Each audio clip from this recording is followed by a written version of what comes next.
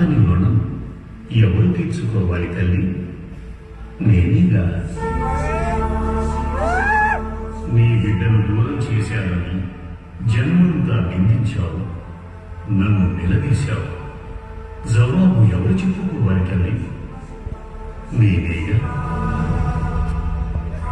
నా గణాన్ని గుణాన్ని నవమాసాలు నీ గర్భంలో మోసిన మహాతల్లిని.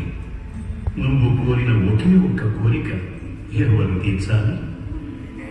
నేనేగా. కర్మసాక్షిగా నా కళ్ళ ముందు ఎన్నో కష్టాలు పారుతున్నా కదరా